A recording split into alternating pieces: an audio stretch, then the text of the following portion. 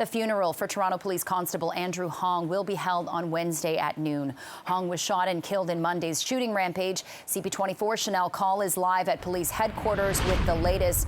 And Chanel, at police headquarters, this is where one of the book of condolences are, where people can sign it and pay their tributes and sympathies, but the public is not invited to the funeral. That's right, Jen. So we're coming to you live from Toronto Police Headquarters here on College Street this hour. We'll give you a live look at this memorial set up today for fallen officer Andrew Hong. There are photos, flowers, candles, and as you mentioned, that book of condolences here. Members of the public are welcome to come here and sign this. Toronto's Mayor John Tory just signed this this morning. We'll listen to him live. So Mayor, thanks for making time and inviting us here to watch you. Can you talk a bit about why you wanted to come here, sign the book, and what you wrote?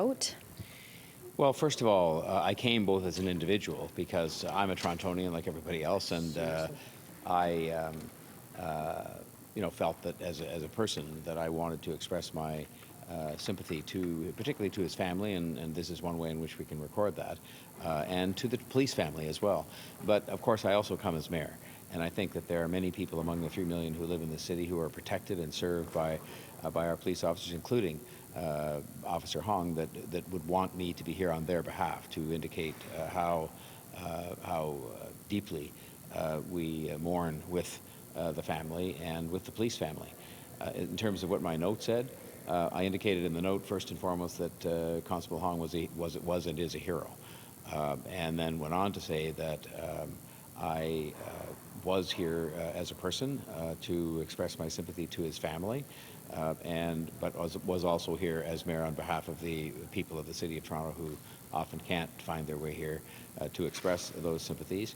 And then concluded the note by simply saying that I hope that his family take some solace. Well, it's hard to take much solace at a time like this when this kind of senseless tragedy takes place, that they can take some solace from the extraordinary respect and affection that has been shown for Officer Hong, for Andrew, in all the tributes that have been paid to him by his colleagues and by others, that he was an incredibly dedicated police officer who was held in very high regard and with great affection by his colleagues, because that's not always so. I mean, I think the outpouring we've seen here is quite extraordinary in terms of people who, who considered him a friend as well as a colleague.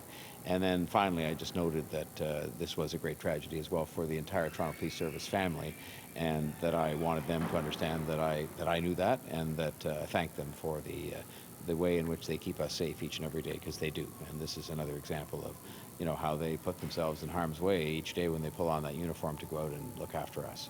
I'm sure it's a really concerning moment for a lot of people within the service, anyone who works on the front lines, to watch something like this play out. It must just be so difficult. Can you talk about some of the conversations that you're having with police here?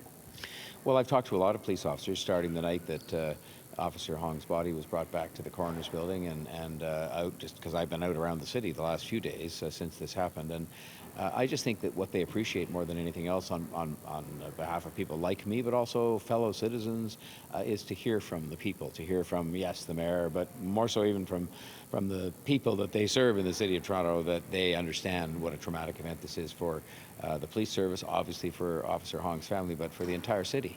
I mean, this is a traumatic event. We don't have these things happen, thank God, in our city very often, and hopefully they should never happen. But I think that more than anything else, the police officers, the women and men who serve us every day, are just grateful for the fact that they know that the people are very sympathetic to the situation they're all going through. I was at the Traffic Services office, the division, the day after this happened, and there they were. People were in their uniforms and had their helmets on, and they were ready to go back out to work for us, because they really don't have the option in that kind of work just to say, well, I'm taking the day off. I mean, police work and work like that of our first responders are work that has to happen. And so I just think they're grateful for the fact that they can feel from the people, from the officials, people like myself, and from their colleagues, an understanding of how traumatic this is for them to lose someone that's part of their, the fabric of their organization. And have you been in touch with Constable Hong's family? How are they doing?